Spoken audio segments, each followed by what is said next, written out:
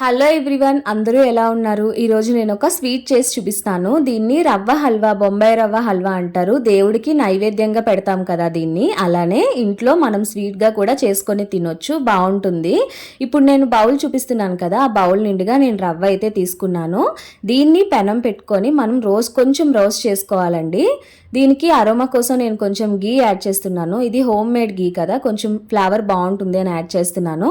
ఇలా కొంచెం roast అయిందాక fry చేసుకొని పక్కన పెట్టుకోవాలి. ఇప్పుడు సేమ్ అదే బౌల్తో పంచదార తీసుకొని, నేను కొంచెం క్వాంటిటీ తక్కువ తీసుకున్నాను, సేమ్ క్వాంటిటీ తీసుకొని ఉంచుకోవాలి. ఇప్పుడు 3 గ్లాసులు పాలండి, నేను నీళ్ళు అయితే యాడ్ చేయట్లేదు.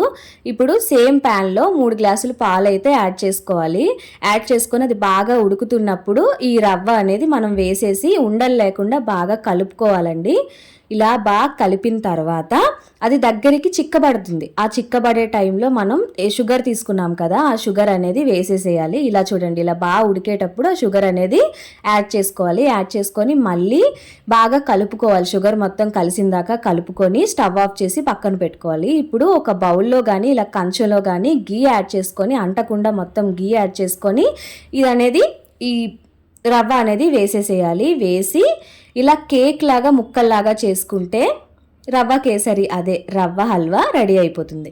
ఇక్కడ నేను డ్రై ఫ్రూట్స్ అయితే యాడ్ చేయలేదు, మీకు కావాలంటే నెయ్యిలో వేపుకొని యాడ్ చేసుకోవచ్చు.